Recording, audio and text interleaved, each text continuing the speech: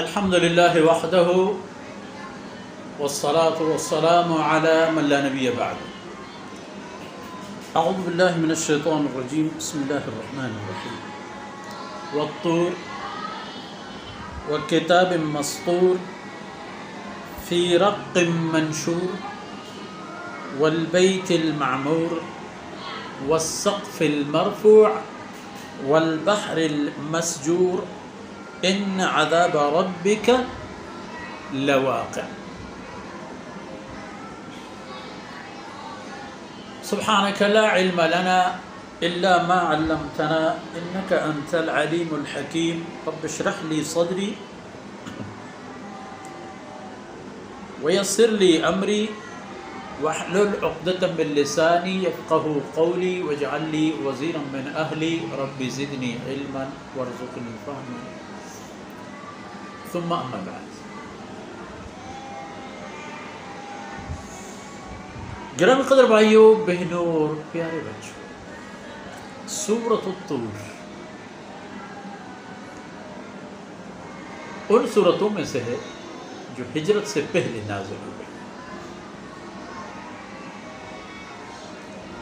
اور ان میں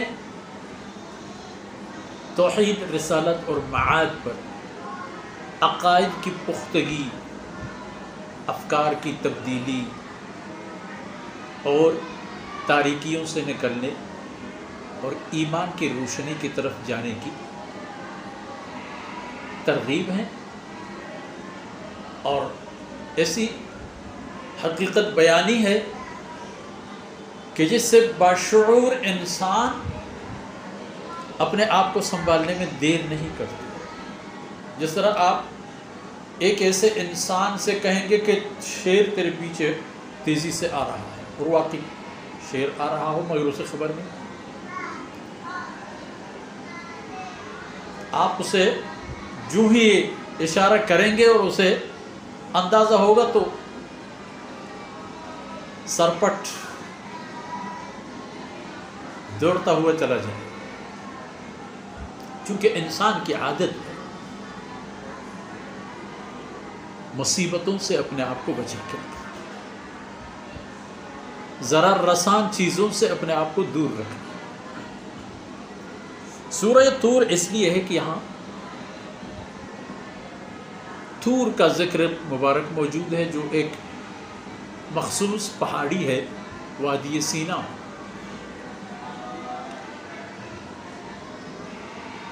اور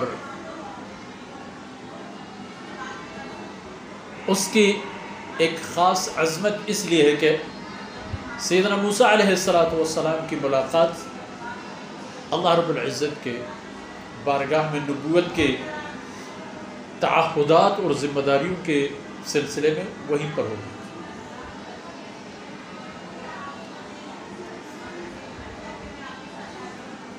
یہ جملات قسمیہ ہیں. والطور، قسم ہے کوہ طور. وکتاب مسطور، اور لکھی گئی کتاب کی قسم،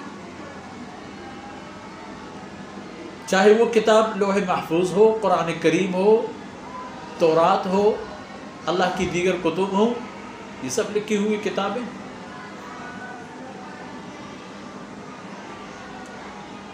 اور یہ کتابیں لکھی گئی ہیں فی رق منشور،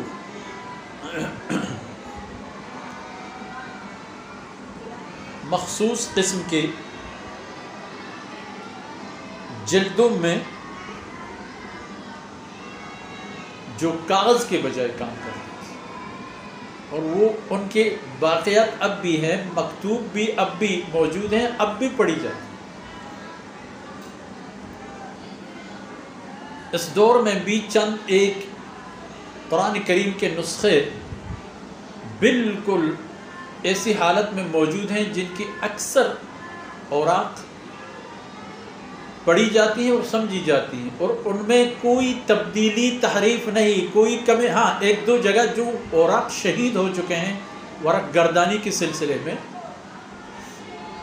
وہ تو شہید ہو چکے ہیں، باقی سب کے سب اسی ترتیب سے جو ہم اوراق تقریباً 4 1400 صدیوں سے پڑھتے چلے آئے،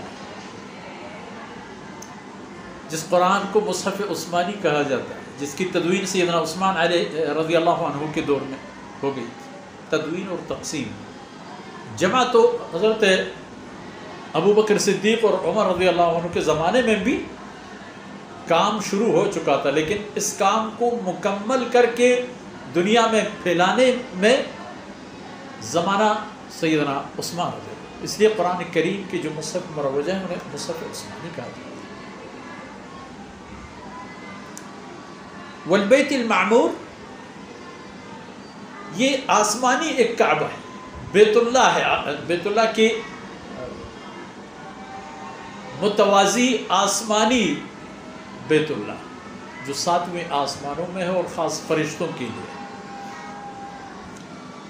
والسقف المرفوع، اور سوگند ہے آسمان کی جو ایک اٹھایا ہوا اور پھیلایا ہوا وسیع و عریض ایک چھت۔ والبحر المسجور، اور قسم ہے دریا کی جو اسے جوش دے کر کے بہت ہی جوشیلا کر دیا جائے۔ ویسے بھی دریا ہمیشہ اگر دیکھا جائے اپنے جوش و خروش میں ہے، لیکن یہ جوش الگ، قیامت کے دن مرحلہ ہوگا وہ الگ، اتنے جوش کے اس میں پھر وہ دریا ہی ختم ہو جائے۔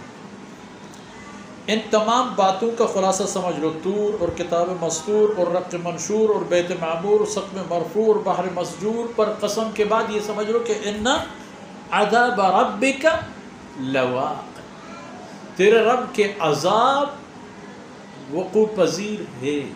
ان تمام اہمین چیزوں کی قسم کہ یہ کچھ ہونا ہے اور یہ کچھ سب کچھ ہو کر رہے گا۔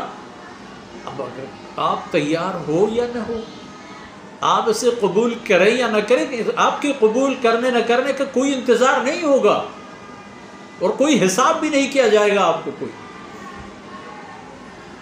آپ کو تبدیل کرو، اپنے آپ کو اس قالب میں ڈال دو کہ جس قالب میں ڈل کر آپ اگلے آیتوں میں آنے والے ان خوش نصیبوں میں شامل ہو جائیں کہ جو آخرت پر ایمان، اللہ کی وحدانیت اور نبوت، ختم نبوت پر عقیدے کے طفیل، اللہ کے خالص مخلص بندے بنیں، اللہ کے عابد و زاہد بندے بنیں اور قیامت کی سعادت حاصل کریں۔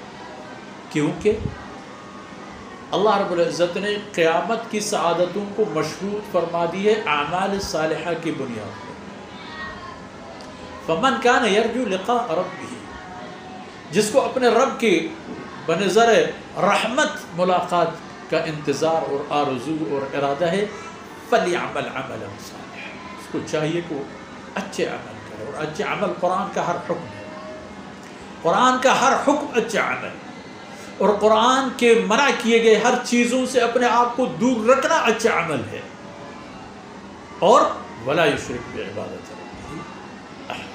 اب اس میں تینوں معاد بھی آ گئے، فمن کان یرجو لقاء ربہ، اور اعمال اور نبوت پر یقین آ گئی کہ یہ قرآن اور یہ دین انبیاء علیہ السلام اور ختم نبوت محمد صلی اللہ علیہ وسلم کے ذریعے سے آئے، فلیعمل عملا صالحا، اور ولا یشرک بعبادۃ ربہ، یہ کام کرے گا تو فتح مند ہوگا دنیا اور آخرت۔ اگلی باتیں انشاءاللہ اگلے مجلس میں۔ اللہ رب العزت کوتاہیوں سے درگزر فرمائے، اور جو کچھ عرض کیا گیا یہ میرے اور آپ کے دین و دنیا کی خیر و برکت کے سبب بن جائے۔ وصلی اللہ علی نبینا محمد وعلی آلہ وصحبہ۔